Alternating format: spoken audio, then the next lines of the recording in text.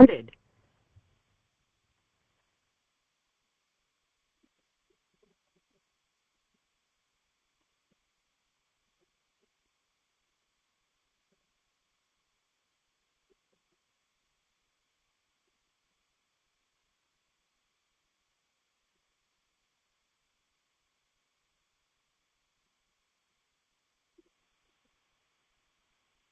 नमो लोये सौहरिहन्तानं नमो लोये सौहृदानं नमो लोये सौभागिर्यानं नमो लोये सौज्यायानं नमो लोये सौत्रिकावती सावनं ओंकारमिन्दु संयुक्त नित्यं जयन्ति योगिनः कामदं मोक्षदं चैव ओंकाराय नमो नमः मङ्गलं भगवान् मङ्गलं गौतमोनि मङ्गलं कुञ्कुण्डारि विजेन्द्रमोसुमङ्गलं नमः समरिसाराय स्वानुभूत्या चकास्ते चित् स्वभावाय भवाय सर्वः विभाव निरुद्ध निराकार।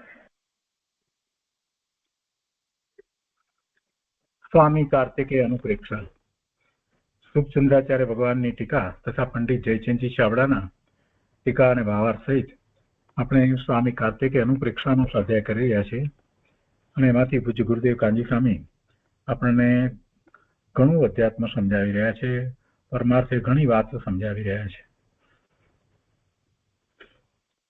સ્વામી કાર્તિકેય અનુપ્રેક્ષાના સ્વાધ્યાયમાં આપણે લોક ભાવનાનું સ્વરૂપ એની બધી ગાથાઓ ચાલી રહી છે.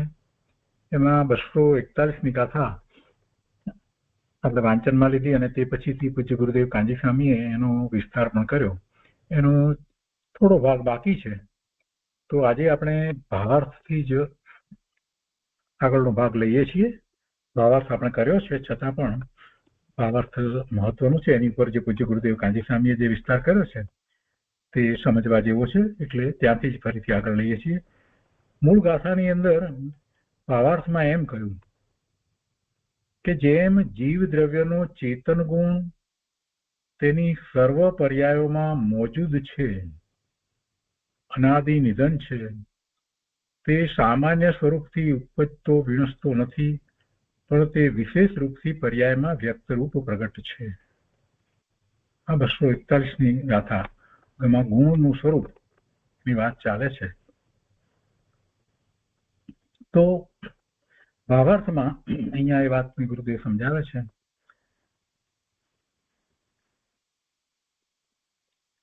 સ્વામી કાર્તિક અનુપ્રેક્ષા પ્રવચન ભાગ પહેલો, પાના નંબર 372 ઉપર અહીંયા ભાવાર્થથી શરૂ કરીને આપણે આગળ ફરીથી લઈએ છીએ. જેમ જીવ દ્રવ્યનો ચેતના ગુણ તેની સર્વ અવસ્થામાં રહે છે. ગુણ હોય એટલે દરેક અવસ્થામાં રહે. દ્રવ્યની દરેક અવસ્થાને વિશે ગુણ તો રહે, એ સામાન્ય સિદ્ધાંત છે અને તો જ એને ગુણ કહેવાય. અનાદિ અનંત પરમ પારિણામિક ભાવ છે. તે ધ્રુવ સામાન્ય સ્વભાવ નિત્ય છે. તેને ઉત્પાદ વ્યયની પણ અપેક્ષા નથી. આ પારિણામિક ભાવની વાત સાથે ગુરુદેવે લીધી, જેથી આપણને ખ્યાલ આવે કે પોતે જે ધ્રુવ કહે છે કોણ છે. અનાદિ અનંત, જેની આદિ નથી, અનંત કાળ સુધી જે રહેવા વાળું તત્વ, એ પરમ પારિણામિક ભાવ છે. તે ધ્રુવ સામાન્ય સ્વભાવ એ નિત્ય છે. તેને ઉત્પાદ વ્યયની પણ અપેક્ષા નથી. બધા ગુણપણે સામાન્ય પારિણામિક ભાવ છે. જો ગુણનું પરિણમન થાય છે એ પ્રગટ પર્યાયની અંદર આપણે એમ કહીએ છીએ કે આ ગુણ પ્રગટ્યા, એ પણ કહીએ છીએ, પણ અંદરમાં જે રહેલો ગુણ છે એ ધ્રુવ રહે છે, એટલે કે એ એક સરખો રહે છે. એમાં કઈ વધઘટ થાય છે એવું વસ્તુનું સ્વરૂપ નથી. છતાં ગુણની પર્યાય એ ગુણનું પરિણમન છે. ગુણનું ભવન ન હોય તો ગુણ અનુભવમાં આવે જ નહીં, એટલે અંદરમાં ગુણનું ભવન ચાલી રહ્યું છે એ વાત પણ એમ જ છે. પણ એ પારિણામિક ભાવ છે, એટલે કહે છે કે ગુણપણે સામાન્ય પારિણામિક ભાવ છે. અનંત ગુણ એક સાથે જે રહેલા છે એવો આખો જે સામાન્ય એ દ્રવ્ય એ પારિણામિક ભાવ છે. બધા ગુણ ગુણપણે સામાન્ય પારિણામિક ભાવ છે. એ જ જ્ઞાયક ભાવ છે. એને જ્યારે જ્ઞાનની અપેક્ષાથી આપણે નિત્ય લઈએ છીએ ત્યારે એમ કહીએ છીએ કે જે જ્ઞાયક છે તે જે ત્રણેય કાળે જાણનારો જ રહે છે, જે બદલાતો નથી, જ્ઞાન સિવાય બીજું કંઈ કરતો નથી અને જેની અંદર વિકાર થતો નથી, એવો એ જ્ઞાયક છે. તો એ જ્ઞાયક કહીએ છીએ ત્યારે પણ એ પારિણામિક ભાવમાં જે જ્ઞાન છે એની વાત કરીએ છીએ. એ પારિણામિક ભાવની જ વાત છે. પારિણામિક ભાવની અંદર બધા જ ગુણ એમ જ રહ્યા છે. પવન થાય છે પણ છતાંય દરેક ગુણ એવો ને એવો જ રહે છે, એમાં વધઘટ થતી નથી. એ પારિણામિક ભાવ છે. હવે કહે છે કે ગુણનું વિશેષપણું થવું તે પર્યાય છે. કેમ કે ગુણ વર્તમાન પ્રગટ પર્યાયની અંદર પ્રગટ થાય છે, એટલે કે અંદરમાં જે ગુણ છે એને અનુસરીને અવસ્થા જે થઈ છે એની અંદર એ ગુણો પ્રગટ્યા છે. શ્રદ્ધા ગુણ પ્રગટે છે, આનંદ ગુણ પ્રગટે છે, જ્ઞાન ગુણ પ્રગટે છે અને એ જ રત્નત્રય છે. બધા ગુણ પ્રગટે છે. એટલે ગુણોનું વિશેષપણું થવું તે પર્યાય છે. અને આ ગુણ જે બધા પ્રગટે છે તો એવું નથી કે અમુક વખતે અમુક જ ગુણ પ્રગટે પ્રગટ પર્યાયમાં, એવું નથી. બધા જ ગુણ પ્રગટે છે. સમ્યક દર્શન થાય છે તો આપણે એમ કહીએ છીએ કે થોડીક ક્ષણ પૂરતા, એટલે કે અંશે પ્રગટ થયા, પણ છતાંય પ્રગટ તો બધા જ થયા છે.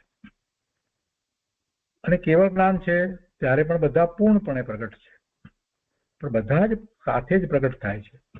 એટલે કોઈ અપેક્ષાએ આપણે એમ પણ કહીએ છીએ કે એમાં દ્રવ્ય જ પ્રગટ થયું છે, અથવા તો વર્તમાન પર્યાય એમાં દ્રવ્ય જ વ્યાપી રહ્યું છે. દ્રવ્યને અનુસરીને જ આ નિર્મળ પર્યાય થઈ છે, શુદ્ધ પર્યાય થઈ છે, એમ આપણે કહીએ છીએ. તો ગુણનું વિશેષપણું થવું તે પર્યાય છે. પંચાસ્તિકાએ ગાથા 61માં કહે છે કે કુવમ સગમ સહાવમ અત્તા કત્તા સગસ્વ ભાવસ્વ સ્વસ્ય ભવનમ સ્વભાવ. પંચાસ્તિકાયની 62મી ગાથાની વાત તો વારંવાર ગુરુદેવ કરે છે, આપણે જાણીએ છીએ, પણ અહીંયા 61મી ગાથા લીધી છે. અહીંયા કહે છે કે વિભાવ પણ પોતાનો પર્યાય સ્વભાવ છે. વિભાવ પણ પોતાનો પર્યાય સ્વભાવ છે. તે પોતા વડે કરાયેલ છે. ગુણ છે તે ત્રિકાળ છે, તે સર્વ અવસ્થામાં વ્યાપે છે. ગુણ તો ગુણપણે તો સર્વ અવસ્થામાં રહ્યા જ છે. વિભાવ ભાવે થાય, વિકારી ભાવે થાય, ગમે તેવા એના પરિણામ થતા હોય, એ વખતે એનામાંથી કઈ ગુણ ચાલ્યા જાય છે? એમ નથી. કોઈ આતંકવાદી થયો હોય તો એનામાંથી એના ગુણો બધા એ ચાલ્યા ગયા? એમ નથી. કોઈ નિરોધમાં ગયો તો એનામાં કોઈ ગુણ રહ્યા જ નહીં? એમ નથી. તો એને ગુણ કહેવાય જ નહીં. ગુણ છે તે ત્રિકાળ છે અને તે દ્રવ્યની સર્વ અવસ્થામાં રહ્યા હોય છે, હોય જ છે, વ્યાપે છે. ગુણમાં ફેરફાર થતો નથી. સામાન્ય એક રૂપ રહે છે ગુણ અપેક્ષાથી. એટલે એ ગુણોનો સમૂહ એ આખું એક રૂપ રહે છે, એને જ આપણે ધ્રુવ કહીએ છીએ. એ જ ધ્રુવ છે, એ એક રૂપે છે. પણ પર્યાય વિશેષથી સમયે સમયે પરિવર્તન થાય છે અને એ પરિવર્તન થાય, પરિણમવું જે થાય છે તેને બીજો કોઈ કરતો નથી. બીજો કોણ કરે? અને જો ન થાય તો તેને કોણ કરે? એટલે થાય જ છે. ભવન, ગુણોનું ભવન અંદરમાં ચાલી રહ્યું છે અને જ્યારે પ્રગટની વાત કરીએ તો એનું લક્ષ્ય થાય છે તો એ જ ગુણો પ્રગટમાં એને અનુભવમાં આવે છે. પ્રગટ રૂપે પણ એને અનુભવમાં આવે છે. શક્તિ રૂપે અંદરમાં બધા ગુણો પડ્યા છે એ કઈ કુટસ્થ છે? ના, એનું અંદરમાં ભવન ચાલી રહ્યું છે. જ્યારે પણ એનું લક્ષ્ય કરીએ છીએ તો એ ગુણ એ જ રીતે અનુભવાય છે. શાંતિનો ગુણ શાંતિ રૂપે જ અનુભવાય છે, આનંદનો ગુણ આનંદ રૂપે, નિર્મળતા, સ્વચ્છતા, ભવ્યતા, પ્રભુતા, આ બધા ગુણો, જ્ઞાન, દર્શન, ચારિત્ર, એ બધા ગુણોનો એવો જ અનુભવ થાય છે. એટલે અંદરમાં તો ભવન ચાલી જ રહ્યું છે. એટલે એ ભવન જે છે જેને આપણે કારણ શુદ્ધ પર્યાય કહીએ છીએ એ તો ચાલી જ રહ્યું છે અને ગુણ જેવા છે તેવા જ રહે છે અને બધાનો અનુભવ એક સાથે થાય. કોઈકનો અનુભવ થાય ને કોઈકનો ન થાય એમ પણ બનતું નથી. હવે વાત રહી જ્યારે એવું સ્વરૂપનું લક્ષ્ય કરવામાં આવે છે તો સ્વરૂપના બધા ગુણો જે છે એનો અનુભવ થયો તો એ અનુભવ થયો એ પ્રગટ પર્યાય છે, એ વર્તમાન નવી થયેલી પર્યાય છે. તો એમાં આપણે એમ કહીએ છીએ કે મને અનંત ગુણ ના અંશ પ્રગટ થયા, એ મને અનુભવમાં આવ્યા, એ પ્રગટ છે, એ પ્રગટ છે. એટલે એ વર્તમાન પર્યાયમાં એ ગુણ વ્યાપે છે એમ આપણે કહીએ છીએ. બીજી રીતે એમ પણ કહીએ છીએ કેમ કે બધા જ ગુણ વ્યાપે છે એટલે એમ પણ કહીએ છીએ કે આત્મા વર્તમાન પર્યાયમાં વ્યાપે છે. હવે આ વાત તો નિર્મળ પર્યાયની વાત થઈ, શુદ્ધ પર્યાયની વાત થઈ કે જેમાં એનો ઉપયોગ સ્વ તરફ વળ્યો છે. પણ જો એનો ઉપયોગ સ્વ તરફ ન વળ્યો હોય અને એનો ઉપયોગ બહારમાં હોય ત્યારે પણ અંદરમાં તો ગુણો એવા ને એવા જ રહે છે, એનું અંદરમાં તો ભવન એવું ને એવું જ ચાલી રહ્યું છે, એ ગુણોનો સમૂહ એવો ને એવો જ રહે છે. વર્તમાન પર્યાયમાં ગમે તે પ્રકારે અશુભ ભાવ હોય, મલિનતા હોય, બધું હોય તો એથી કઈ અંદરમાં રહેલા ગુણોને કોઈ નુકસાન પહોંચતું નથી, હાનિ પહોંચતી નથી. એ વાત ગુરુદેવે સૌથી પહેલા કરી દીધી. એટલે એ વિભાવ વખતે પણ જે થઈ રહ્યો વિભાવ છે એ વખતે પણ એનું પરિણમન જે થઈ રહ્યું છે અને એની જે પર્યાય થઈ રહી છે એ વખતે પ્રગટ પર્યાયમાં જે એના ગુણ નથી એવું કંઈક છે, એટલે કે એના ગુણથી વિપરીત હોય એવું કંઈક છે. અંદરમાં ચાલી રહેલા શ્રદ્ધાના ગુણથી વિપરીતપણે અહીંયા અત્યારે જ્યારે પરનું લક્ષ્ય છે તો એની શ્રદ્ધા હોય છે તો એ વિપરીત શ્રદ્ધા છે. એ ભાવ જે છે એ એના શુદ્ધ ભાવ કરતા વિપરીત ભાવ એટલે અશુદ્ધ ભાવ છે. એ શુભ કે અશુભ ભાવ હોય છે, પણ તે છતાંય જે પરમ પારિણામિક ભાવ, જે અનંત ગુણ, જે સામાન્યપણે જે રહ્યા છે અંદરમાં એનું ભવન ચાલી રહ્યું છે એવો એ પારિણામિક ભાવ છે, એ ધ્રુવ છે, એ સ્વભાવ છે, એ નિત્ય છે અને એનો નિર્ણય કરી અને આપણે સ્વરૂપ તરફ વળીએ છીએ અને એનો નિર્ણય કરીને સ્વરૂપ તરફ વળીએ છીએ માટે પછી એવી અનુભૂતિ થાય છે. એટલે કહીએ છીએ કે મને સમ્યક દર્શન, સમ્યક જ્ઞાન, સમ્યક ચારિત્રના પરિણામ થયા. પણ કઈ એ ત્રણ ગુણોની જ પ્રગટતા થાય છે એમ નથી. અને કૃપાળુ દેવે કહ્યું છે એ પ્રમાણે એ વખતે સમ્યક દર્શન વખતે સર્વ ગુણના અંશ પ્રગટ થાય છે. તો આ પ્રગટ જે થાય છે એ પર્યાયની અહીંયા અત્યારે વાત કરી રહ્યા છીએ. શું કે છે કે વિભાવ પણ પોતાનો પર્યાય સ્વભાવ છે, તે પોતા વડે કરાયેલ છે. એટલે વિભાવ ભાવે પોતે પરિણમે છે એ વખતે પણ પરિણમન તો એનું ચાલુ છે અને દરેક સમયની પર્યાય નવી નવી જે થાય છે ને એમાં રહેલો જે ભાવ છે એ અંદરમાં જે પોતાનો શુદ્ધ સ્વભાવ છે અનંત ગુણને કારણે એના કરતા વિપરીત છે એટલે વિભાવ છે. એ વિભાવ પણ પોતાનો પર્યાય સ્વભાવ છે. એ પોતાનો પર્યાય સ્વભાવ એટલા માટે છે કે એમાં એવી શક્તિ પડેલી છે કે વિભાવ ભાવે પણ રહી શકે. ચાર દ્રવ્ય એવા છે કે જે વિભાવ ભાવે રહી શકતા નથી, થઈ શકતા જ નથી. એક જ પ્રકારે એનું પરિણમન થાય.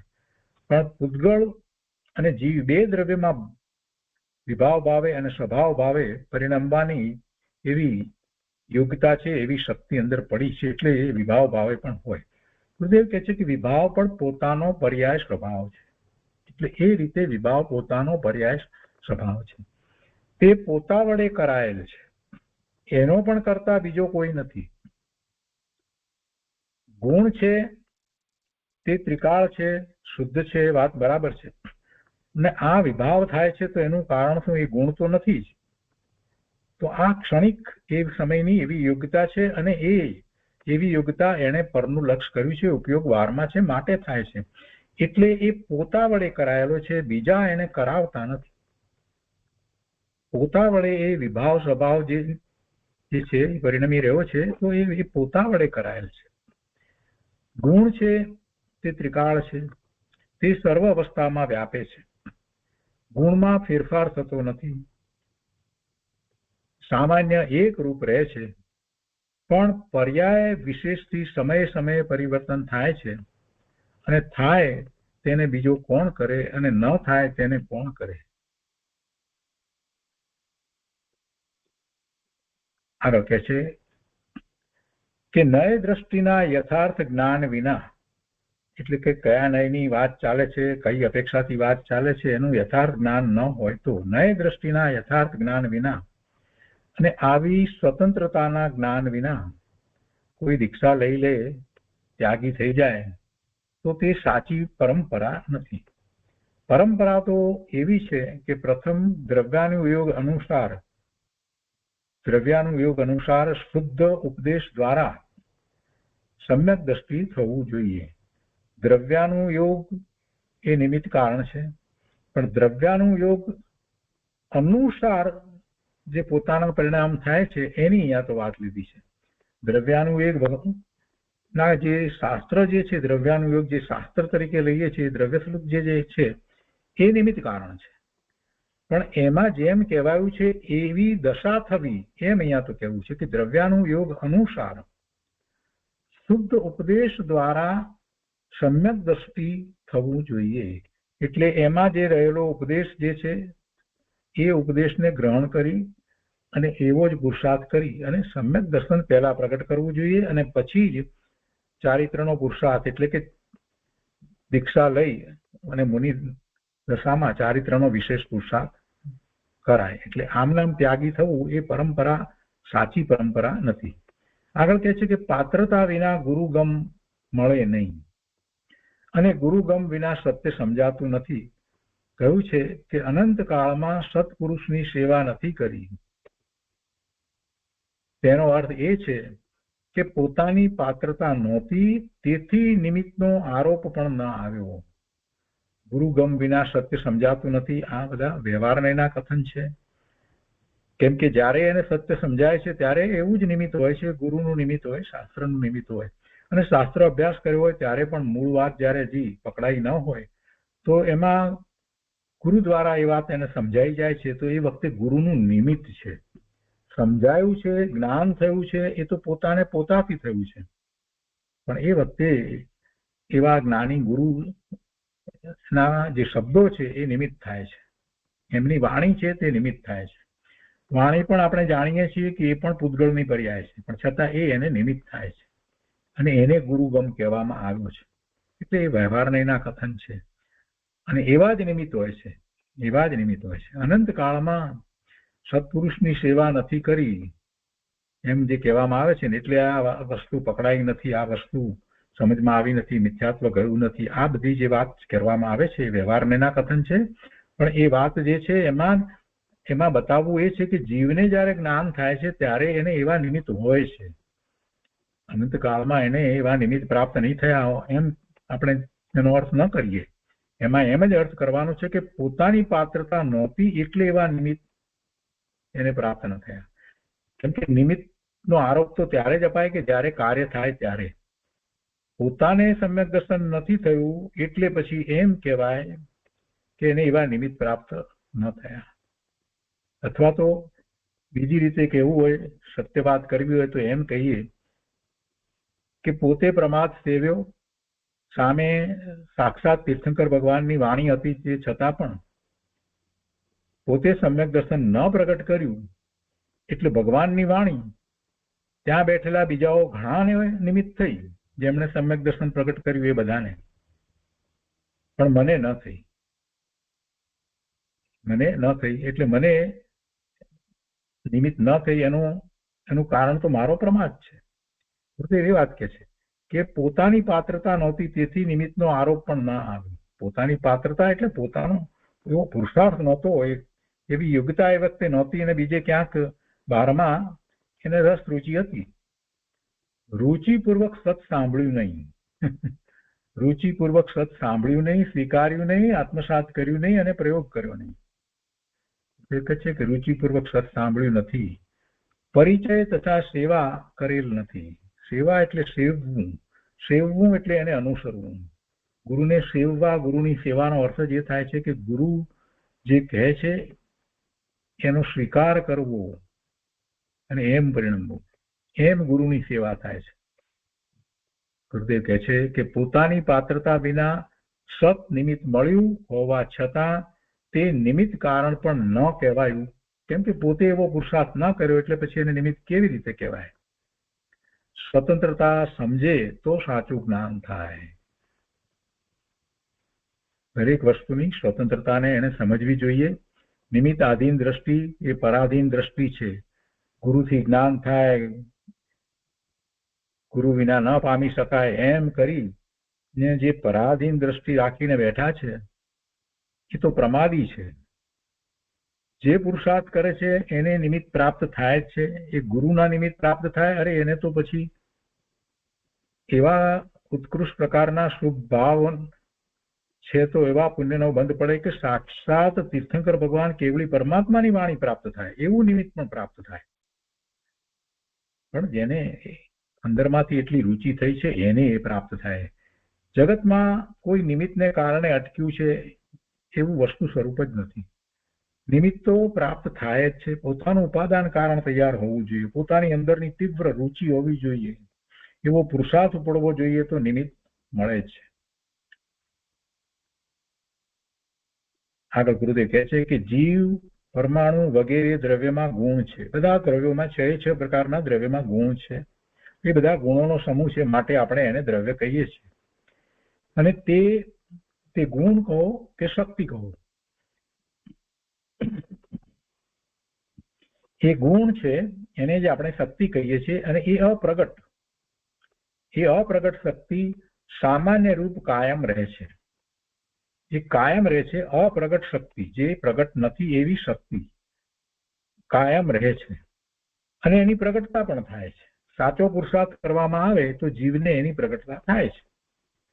તો કહે છે કે તે અપ્રગટ શક્તિ સામાન્ય રૂપ કાયમ રહે છે. ગમે તે પર્યાયમાં જાય તો પણ એ અપ્રગટ શક્તિ કાયમ રહે છે. નિગોદમાં હોય કે એ સિદ્ધ થાય, પણ એ શક્તિ તો એની કાયમ જ રહે છે. તે પર્યાયમાં વિશેષ રૂપે વ્યક્ત પ્રગટ રૂપ થાય જ છે. એવો ગુણ છે. 6 દ્રવ્યમાં પોતપોતાનો સાધારણ, સામાન્ય તથા અસાધારણ વિશેષ ગુણ સમજવો, એ આપણે બરાબર સમજીએ છીએ. જ્ઞાન ગુણ ત્રિકાળ એવો અને એવો છે. વિગોદ અવસ્થામાં જ્ઞાન ઓછું વ્યક્ત છે. વ્યક્ત પ્રગટતાની અપેક્ષાથી જોઈએ તો નિગોદ અવસ્થામાં જ્ઞાનનો ઉગાડ ઓછો છે, જ્ઞાન ઓછું વ્યક્ત છે.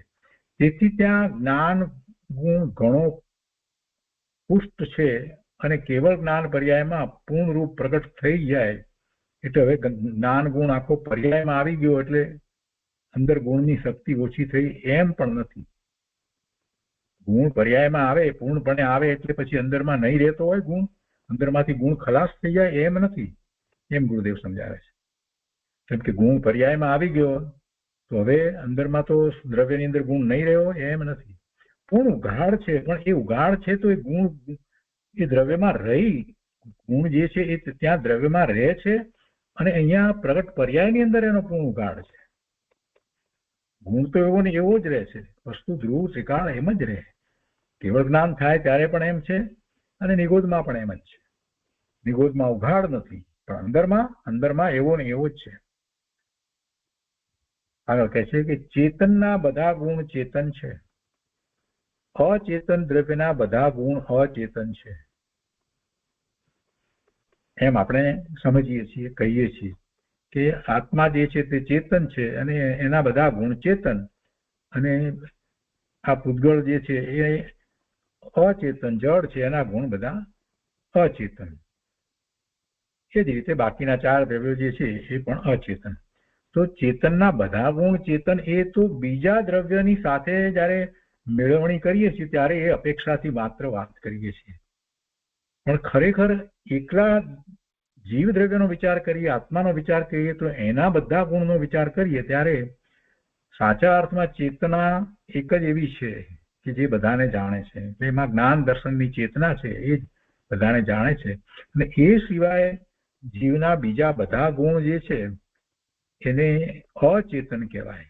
બીજી અપેક્ષાથી જ્યારે વિચાર કરીએ, બીજી અપેક્ષાથી એટલે માત્ર જીવ દ્રવ્યનો જ વિચાર કરીએ અને એના બધા ગુણો વિચાર કરીએ તો એમ વાત છે કે જીવ દ્રવ્યમાં જ જ્ઞાન દર્શન ગુણ તે ચેતન અને તે સિવાયના બીજા બધા ગુણ જે છે તે અચેતન. કેમ એ બધા અચેતન છે કે તે સ્વપરને જાણતા નથી. શ્રદ્ધા ગુણ ચારિત્ર ગુણને જાણતો નથી અને ચારિત્ર ગુણ શ્રદ્ધા ગુણને જાણતો નથી. અને એ દિવસનું પ્રવચન પૂરું થયું. તે પછીથી હજી થોડીક વાત ગુરુદેવ કહે છે અને પછી 242મી ગાથા શરૂ કરે છે. તો તે આજે આપણે લઈએ છીએ કે આ લોક ભાવનાનો અધિકાર છે. લોકમાં રહેલા બધા દ્રવ્યોમાં સમયે સમયે સ્વતંત્ર પરિણમન થાય છે. આવા વસ્તુ સ્વરૂપના ચિંતનથી ક્ષણે ક્ષણે શુદ્ધતા વધે છે અને સંવર થાય છે. દરેક દ્રવ્ય સ્વતંત્ર છે. અસ્તિત્વ અપેક્ષાએ અને પરિણમન અપેક્ષાએ સ્વતંત્ર છે. સમયે સમયે પરિણમે છે અને સમયે સમયે એ સ્વતંત્ર પરિણમન થાય છે. હવે આવી વાત વિચારવાથી સંવર થઈ જાય કોઈને. આ વાત બેસવી અઘરી પડે. જેને શાસ્ત્રનો અભ્યાસ ન હોય અને પૂર્વાપર સંબંધ આપી અને વસ્તુનું ચિંતન ન કરી શકતો હોય ને એને આ વાત સમજાય એવી નથી. તમે સામાન્ય કોઈ જૈન પોતાની જાતને જૈન કેવડાવે, શાસ્ત્રના અભ્યાસ ન હોય એને તમે આ વાત કરો તો કે એમાં કેવી રીતે સંવર થાય? સંવર તો ઉપાશ્રયમાં જઈને બેસીએ ત્યારે સંવર થાય ને. એ તો એમ જ કહેશે. જો ગુરુદેવની વાતમાં બહુ ગંભીરતા ભરેલી છે. લોકમાં રહેલા બધા દ્રવ્યો, આપણને જેનું લક્ષ્ય થાય છે એ બધા દ્રવ્યો જે છે એમાં જે ફેરફાર થઈ રહ્યા છે એ ફેરફારમાં એ ફેરફાર કરનારો કોઈક છે એવી બુદ્ધિ છે અને એ ફેરફાર હું કરી શકું છું. એ જ રીતે બીજા મારામાં ફેરફાર કરી શકે છે એ બુદ્ધિ છે. તો એ બુદ્ધિને તદ્દન કાઢી નાખીએ. કોઈ કોઈનામાં ફેરફાર કરતું જ નથી. દરેક પોતાનું જ પરિણમન કરે છે. મારું પરિણમન બીજો કોઈ કરાવતો નથી ને હું કોઈના પરિણમન કરી શકતો નથી, કરાવી શકતો નથી. દરેક દ્રવ્ય સ્વતંત્ર પરિણમે છે. આમ જ જ્યારે નિર્ણય કરીએ તો હવે મારે શું કરવાનું રહ્યું? મારે મારમાં કોઈનું કાંઈ કરવાનું રહ્યું જ નહીં. હું કરી શકતો જ નથી. તો પછી હું કેવો થઈ ગયો? હું કેવો થઈ ગયો? પરના કાર્ય વિનાનો હું નવરો થયો. મારે પરનું કાર્ય કરવાનું નથી, હું કરી શકતો જ નથી. તો હવે ક્યાંય પણ વિચાર કરવા જવું કે આ કરું તો કે ના એ પણ નહીં, આ કરું તો એ પણ નહીં, આ કરું એ પણ નહીં. તો હવે હું ફ્રી થયો, એકદમ ફ્રી. હવે હું ક્યાં જઈશ? ક્યાં જવાય? કોઈ જગ્યાએ બહારમાં ક્યાંય કોઈ સ્થાન છે કે જ્યાં ઉભો રહીને હું કાંઈક કરું? કોઈ સ્થાન નથી. અને જયારે એવો વિચાર જીવને થાય છે કરે આ બધા દ્રવ્યોના પરિણામ જે બદલાઈ રહ્યા છે, સમય સમય બદલાઈ રહ્યા છે, એ એના કારણે જ બદલાઈ રહ્યા છે. કોઈ કોઈમાં કાંઈ હસ્તક્ષેપ કરતું જ નથી. તો પછી મારા પરિણામમાં કોઈ હસ્તક્ષેપ કરતું નથી તો મારા પરિણામ અત્યારે આવા વિકારી કે વિભાવ ભાવના પરિણામ, પ્રમાદના પરિણામ જે થઈ રહ્યા છે એ કોઈ બીજું કોઈ કરાવતું નથી, કરતું નથી. કોઈ કર્મ કરતું નથી. કર્મ જડ રહ્યા. મારા પરિણામને માટે હું જ જવાબદાર છું. બીજા કોઈના પરિણામ કરી શકતો નથી. દરેક દ્રવ્ય પોતાનું જ પરિણમન કરે છે તો હું મારું જ પરિણમન કરું છું. તો આ પરિણમન અત્યારે વર્તમાનમાં મને જે થઈ રહ્યું છે એમાં મારો દોષ છે. બહારમાં હું કરી શકતો નથી. હવે હું આવ્યો મારા તરફ વળ્યો છું ત્યારે જે મારા પરિણામ છે એને હું વિચારું છું, જોઉં છું તો મને થાય છે કે આ શું લઈને હું બેઠો છું? આ પરિણમન મારું છે જ નહીં. આ જે વર્તમાનમાં પરિણમન જે થઈ રહ્યું છે એવું પરિણમન મારા કોઈ ગુણને કારણે છે જ નહીં. અને છતાંય મારું પરિણમન સ્વતંત્ર છે. તો આ મારો દોષ છે.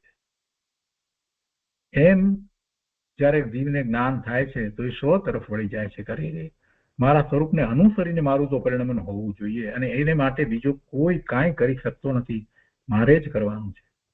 ને આવા વસ્તુ સ્વરૂપના ચિંતનથી એને ક્ષણે ક્ષણે શુદ્ધતા વધે છે, અને શુદ્ધતા વધે છે એટલે સંવર છે. કેમ કે સંવર કોને કહીએ? આશ્રવ ન થવા એને સંવર કહેવામાં આવે છે. જ્યારે આવી દશા થાય છે તો આપણને આશ્રવ નથી થતા, આશ્રવ અતિ અલ્પ થાય છે ને એમ એ સંવર થાય છે. આગળ અહીંયા કહે છે, જગતમાં જીવ આદિ પદાર્થો છે એ બધાય દ્રવ્યપણે તો નિત્ય છે અને પર્યાય અપેક્ષાએ ક્ષણિક છે. દ્રવ્યમાં ઉત્પાદ વ્યય થતા ગુણમાં પણ ઉત્પાદ વ્યય થાય છે. આપણે દ્રવ્યમાં ઉત્પાદ વ્યય કહીએ છીએ, એના પરિણામ બદલાય છે, પર્યાયની વાત જે કરીએ છીએ તો કે છે કે દ્રવ્યમાં ઉત્પાદ વ્યય થતા ગુણમાં પણ ઉત્પાદ વ્યય થાય છે. સ્વભાવ પર્યાય હો કે વિભાવ પર્યાય હો, તેનો કાળ એક સમયનો જ છે. કોઈ પર્યાય બે સમય રહેતી નથી. પર્યાય અને દ્રવ્ય કથનચિત અભેદ છે. કોઈ અપેક્ષાએ પર્યાય અને દ્રવ્ય અભેદ છે, કેમ કે પ્રદેશ એના એ જ છે. પર્યાય છે દ્રવ્યની છે તો એના એ જ પ્રદેશ છે,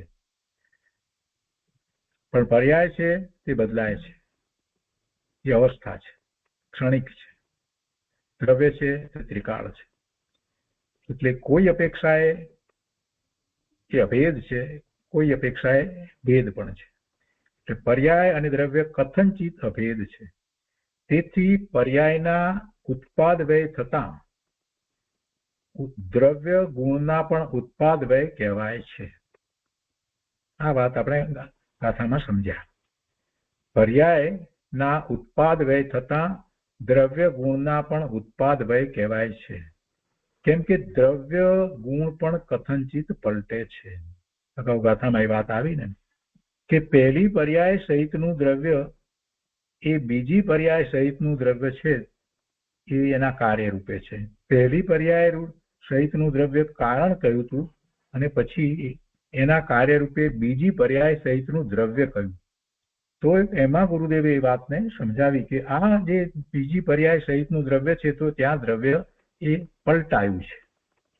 દ્રવ્ય પલટાયું કહ્યું તો એનો અર્થ એ થયો કે એ ગુણોનો સમૂહ છે એ પલટાયો છે, એટલે ગુણોનું પણ એ રીતે બદલાવું થયું છે, એટલે ગુણો પણ પરિણમે છે.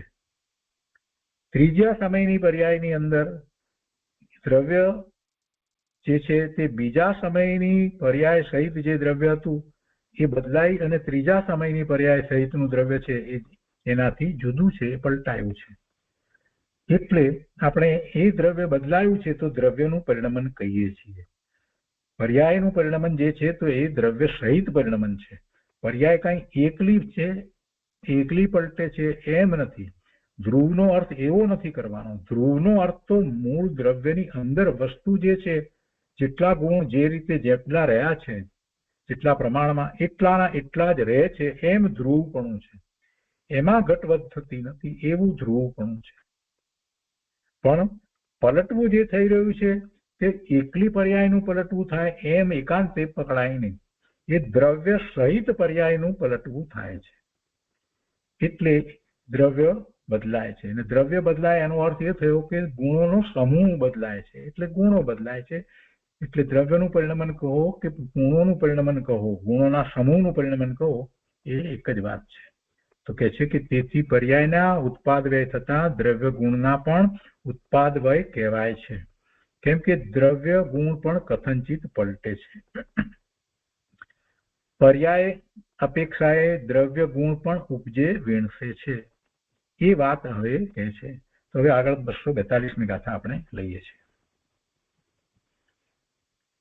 242ની ગાથામાં અહીંયા કહે છે કે હવે કહે છે કે દ્રવ્ય ગુણ અને પર્યાયોનું એકપણું છે તે જ પરમાર્થે વસ્તુ છે. અને એમ કહેવાનો આશય જે છે એમાં ગુરુદેવે જે વાત પડી હતી એ અહીંયા આપણને કહી કે પર્યાય અપેક્ષાએ દ્રવ્ય ગુણ પણ ઉપજે વીણસે છે. એ વાત હવે કહે છે. કેમ કે હવે 242ની ગાથામાં ત્રણેયને સાથે લીધા છે, એટલે ત્રણેયને સાથે લઈએ ત્યારે પછી એ ગુણ જે છે એનું ઉપજવું વીણસવું એ એમાં સાથે આવી જાય છે. કે છે કે હવે કહે છે કે દ્રવ્ય ગુણ અને પર્યાયનું એકપણું છે તે જ પરમાર્થે વસ્તુ છે. તો પરમાર્થે વસ્તુ જે છે એ પલટે છે એમ લેશે. તો ગાથા 242 સંસ્કૃતમાં આ રીતે છે. સહ અપી વિનશ્યતિ જાયતે વિશેષ રૂપેણ સર્વદ્રવ્યેષુ દ્રવ્ય ગુણ પર્યાયાણા એકત્વમ વસ્તુ પરમાર્થમ. એના અર્થમાં કહે છે કે સર્વ દ્રવ્યોમાં જે ગુણ છે તે પણ વિશેષ રૂપથી ઉપજે વીણસે છે.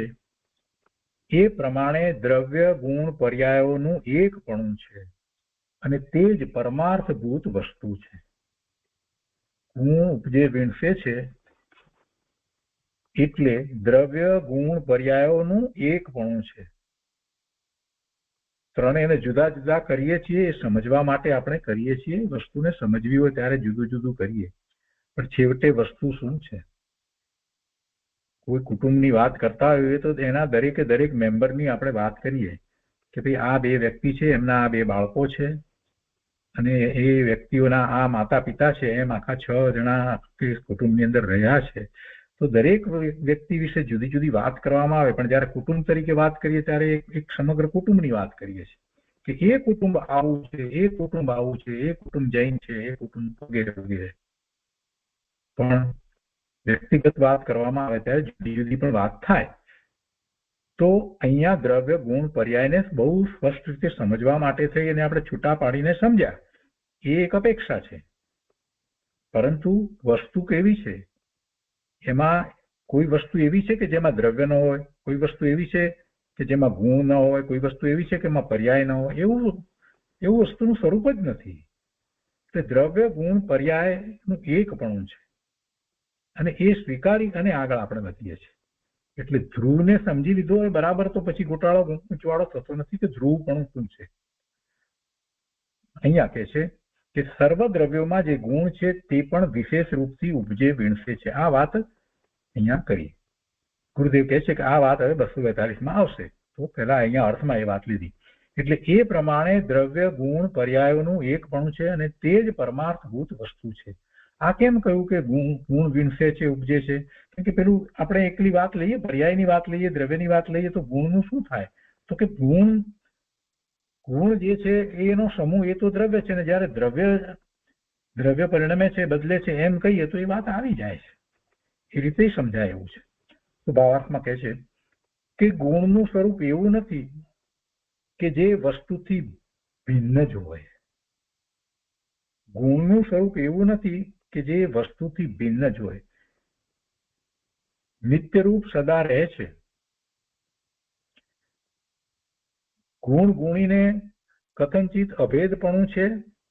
તેથી જે પર્યાય ઉપજે વીણસે છે તે ગુણ ગુણીનો વિકાર છે, વિશેષ આકાર છે. પહેલા તો આ વાતને સમજી લઈએ. ગુણનું સ્વરૂપ એવું નથી કે જે વસ્તુથી ભિન્ન જ હોય. વસ્તુથી ભિન્ન જ હોય એવું એનું સ્વરૂપ નથી. પણ છતાંય દ્રવ્ય અને ગુણ વચ્ચે આપણે કોઈક અપેક્ષાથી ભેદ પાડીએ છીએ. કઈ અપેક્ષાથી ભેદ પાડીએ છીએ?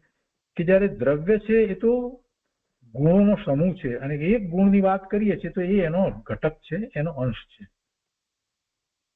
વળી દરેક ગુણ જે છે એના જુદા જુદા નામ છે.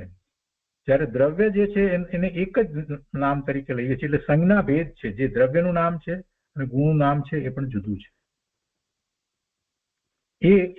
એનો ભેદ છે.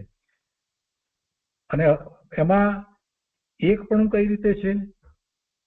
તો કે દ્રવ્યના પ્રદેશ અને ગુણના પ્રદેશ જુદા નથી. કોઈ એક ગુણ લઈએ તો એના પણ પ્રદેશ એટલા જ છે જેટલા એ આખા દ્રવ્યના પ્રદેશ છે. દરેક ગુણના એટલા જ પ્રદેશ છે જેટલા આખા દ્રવ્યના પ્રદેશ છે. અને જ્યારે દ્રવ્યનું પરિણમન કહીએ છીએ ત્યારે બધા ગુણોનું પરિણમન સાથે જ છે. કોઈ દ્રવ્યનું છૂટું જુદું પરિણમન એકનું થાય બીજાનું ન થાય એવું વસ્તુ સ્વરૂપ જ નથી. એટલે એ દ્રવ્ય જ પરિણમે છે.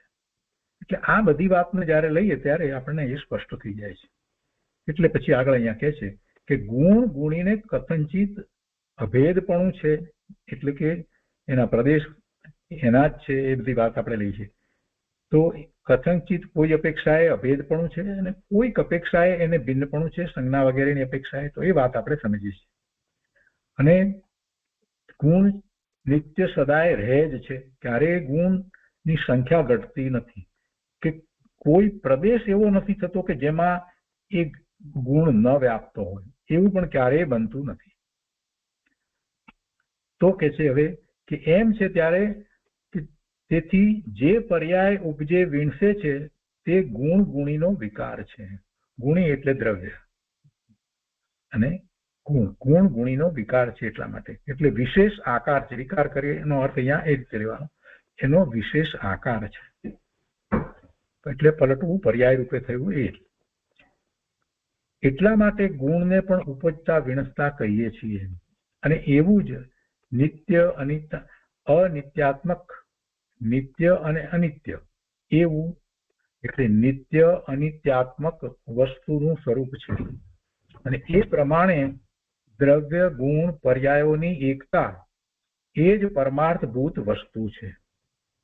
પહેલા અગાઉની ગાથાની અંદર 240ની અંદર વાત આવી ગઈ કે દ્રવ્ય અને પર્યાયની એકતાની વાત કરી હતી.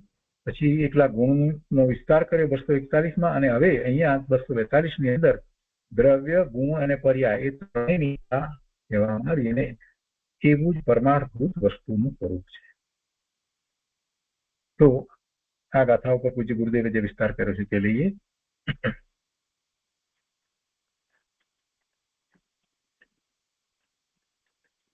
ગુરુદેવ કહે છે કે ગુણ અને પર્યાય સર્વથા જુદા નથી. પર્યાયોપજી અને ગુણ સર્વથા કુટસ્થ રહ્યા એમ નથી. ગુણ પણ કથનચિત પરિણમે છે.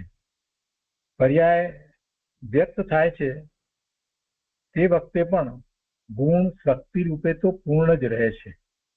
અંદરમાં શક્તિ રૂપે તો એ ગુણ પૂર્ણ જ રહે છે, અને પર્યાયની અંદર એ ગુણ વ્યાપે પણ છે. તો ગુણ પોતે વિશેષ રૂપથી પર્યાયમાં વ્યક્ત રૂપ થાય છે.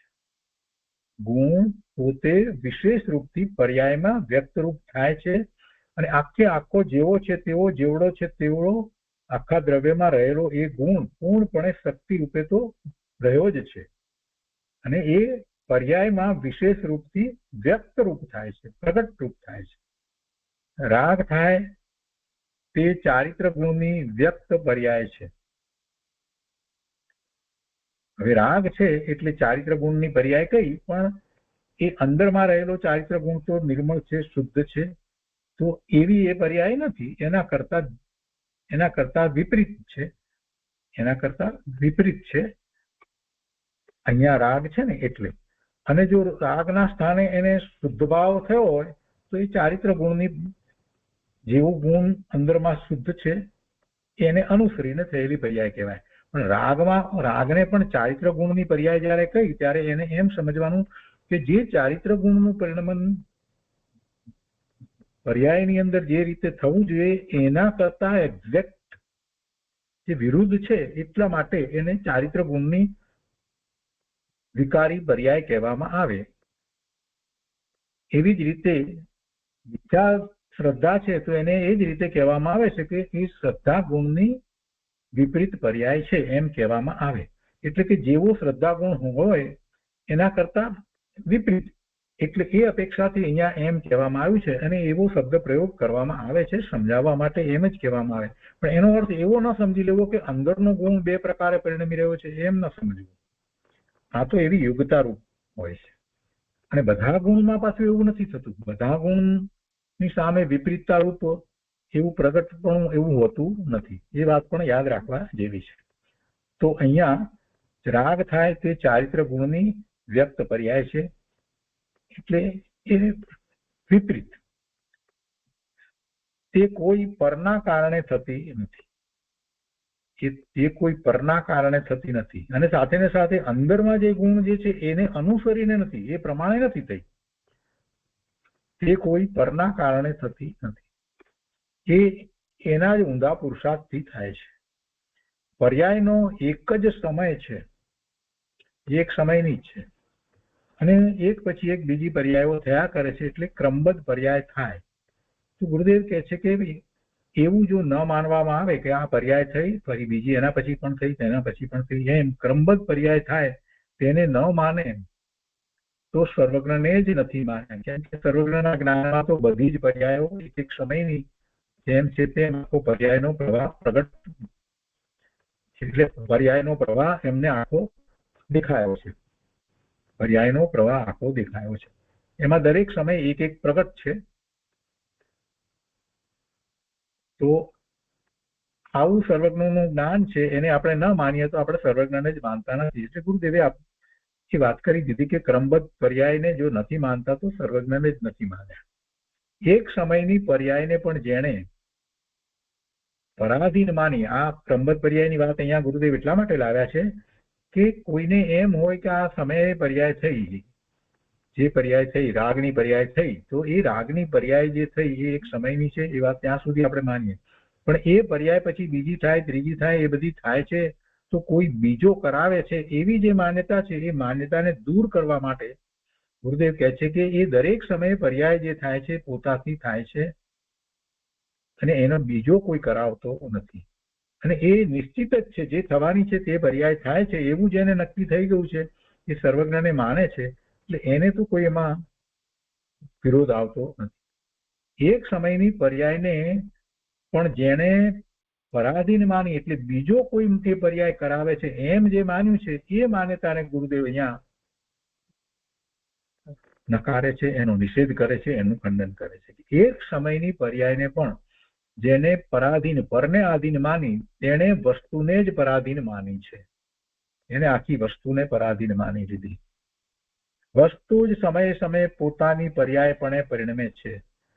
વસ્તુ પોતે જ સમયે સમયે પોતાની પર્યાયપણે પરિણમે છે. અને આપણે એમ કહીએ કે બીજાને કારણે એ પરિણમે છે તો આખી વસ્તુ તો પરાધીન થઈ ગઈ, એનું અસ્તિત્વ એના કારણે રહ્યું જ નહીં, પરાધીન થઈ ગઈ. પણ એમ નથી. સમ્યક દર્શન પર્યાય રૂપે કે મિથ્યા દર્શન પર્યાય રૂપે શ્રદ્ધા ગુણ ઉપજે છે. સમ્યક દર્શન પર્યાય રૂપે જયારે પરિણમન થઈ રહ્યું છે તો એ શ્રદ્ધા ગુણનું અંદરમાં જે શ્રદ્ધા ગુણનું ભવન અંદર ચાલી રહ્યું છે એ પ્રમાણે અનુસરીને એ પ્રગટ પર્યાય છે.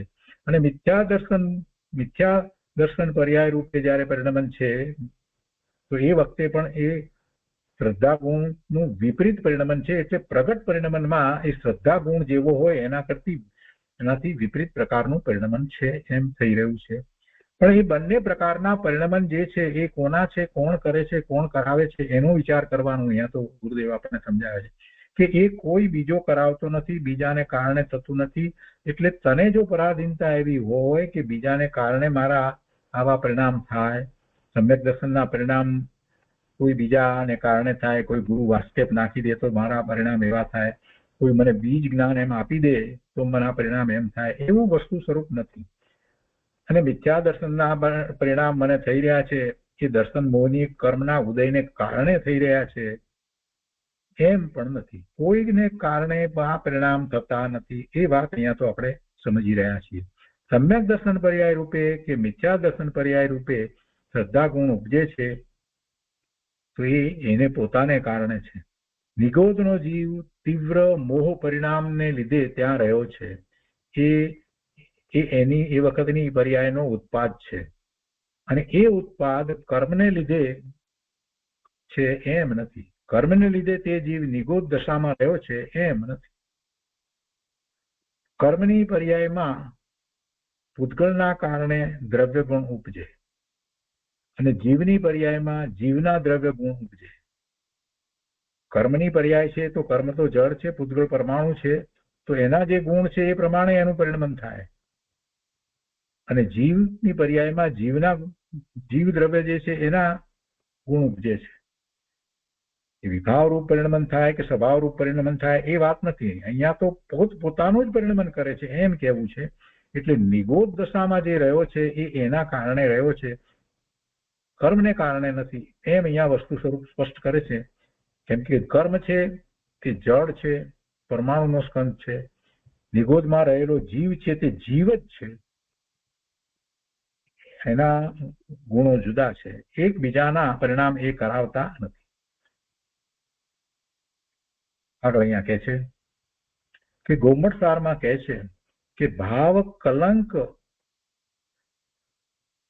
સુપૌરા, ભાવ કલંક સુપૌરા એટલે કે નિગોદના જીવો ભાવ કલંકની સુપ્રચુરતાને લીધે, સુપૌરા એટલે સુપ્રચુરતા, એની પ્રચુરતાને લીધે, ભાવ કલંકની સુપ્રચુરતાને લીધે નિગોદમાં રહેલા છે અને તે પોતે ભાવ કલંકની મંદતા રૂપે પરિણમતા ત્યાંથી નીકળી અને મનુષ્ય વગેરે થાય છે, બીજી પર્યાયમાં જાય છે, ત્રસ્ત થાય છે.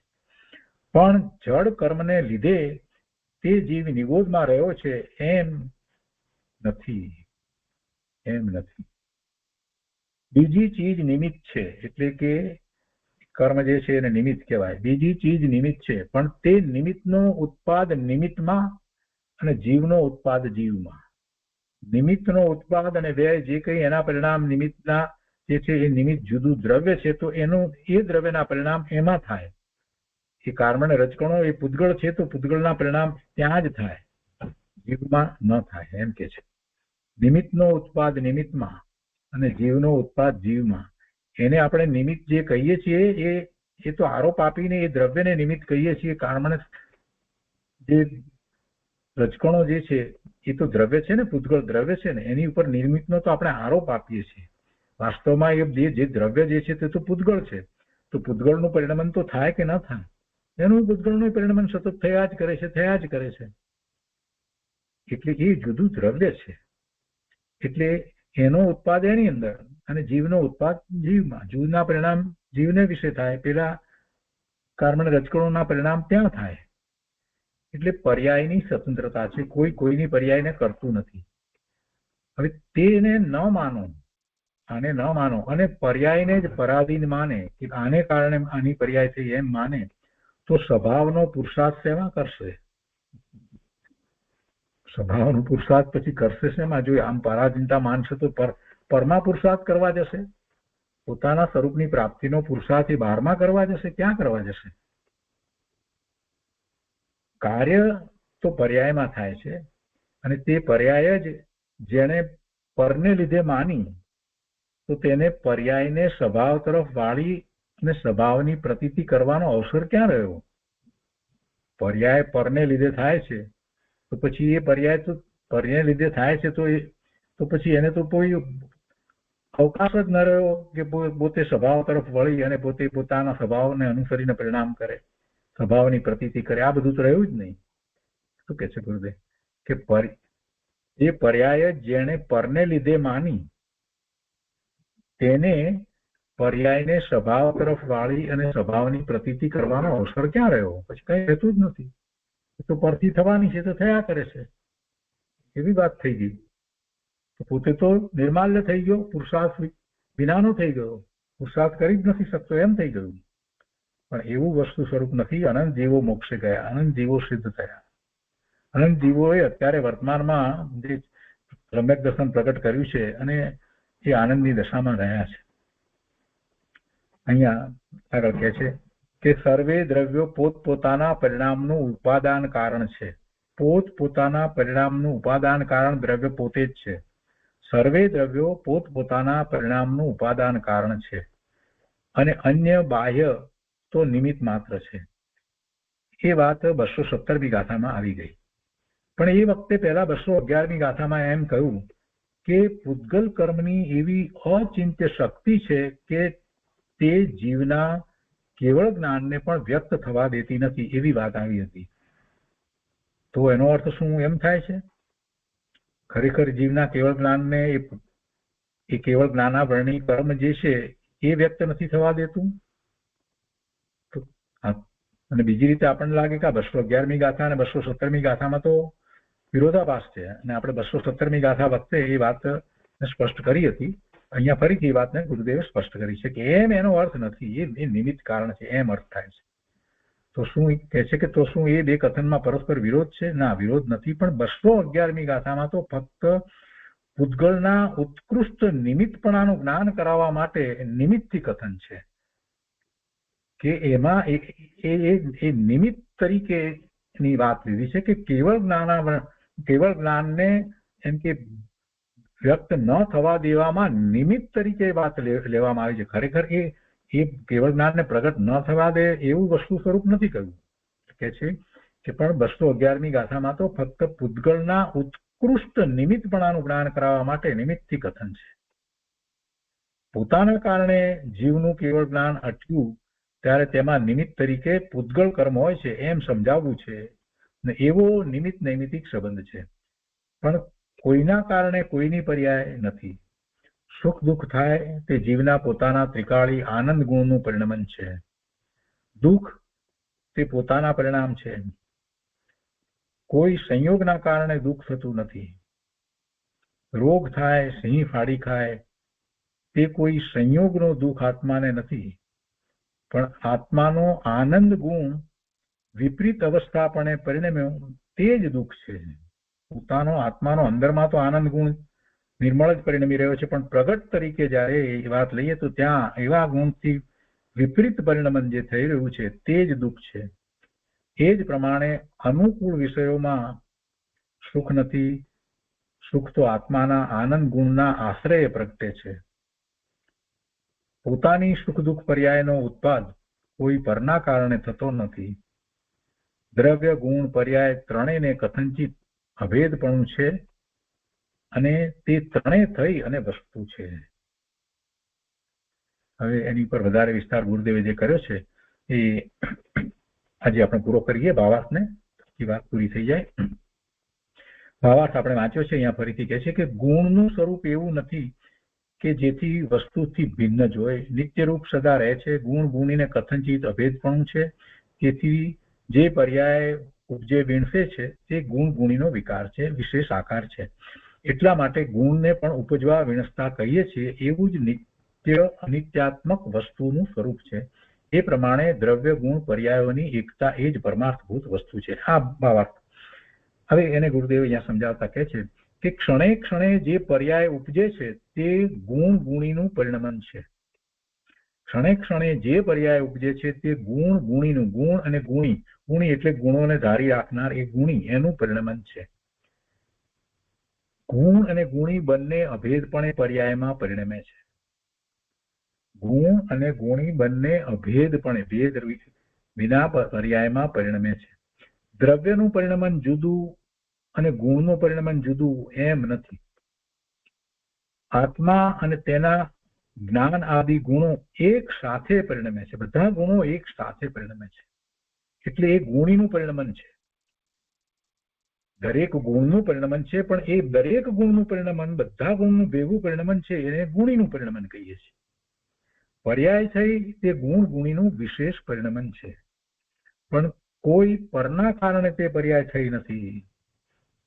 રાગ પર્યાય થાય કે વિતરાગ પર્યાય થાય તેમાં ચારિત્ર ગુણ અને આત્મા પરિણમે છે.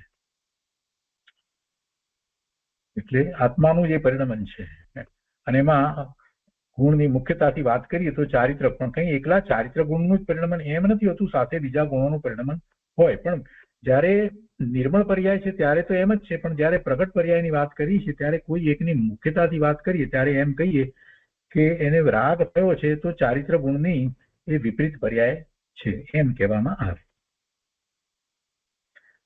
સમ્યક શ્રદ્ધા કે મિથ્યા શ્રદ્ધામાં આત્માનો શ્રદ્ધા ગુણ પોતે કર્તા થઈને પરિણમે છે. સમ્યક જ્ઞાન કે મિથ્યા જ્ઞાન પર્યાયમાં જ્ઞાન ગુણ અને આત્મા સ્વતંત્રપણે પરિણમે છે. આ એક એક ગુણની મુખ્યતાથી વાતને સમજાવે. પણ છતાંય પરિણમે છે શું? તો દ્રવ્ય જ પરિણમે છે, જીવ જ પરિણમે છે, આત્મા જ પરિણમે છે. જો એક સમયની પર્યાયને પણ પરતંત્ર માનો, એટલે બીજાને કારણે એ થાય છે એમ માનો, તો પછી બીજી પર્યાય છે એ પણ પરતંત્ર, ત્રીજી, એમ તો પછી તમે ત્રણેય કાળની પર્યાયને પરતંત્ર જ માનશો. જો એક સમયની પર્યાયને પણ પરતંત્ર માનો તો ત્રણ કાળની પર્યાયો પરતંત્ર થઈ ગઈ. એટલે ગુણ અને દ્રવ્ય જ પરાધીન થઈ ગયા, પણ વસ્તુ અને તેના ગુણ પર્યાય સ્વતંત્ર છે. એક સમય પણ પર્યાય પરને કારણે, બીજાના કારણે, અન્યને કારણે થતી નથી.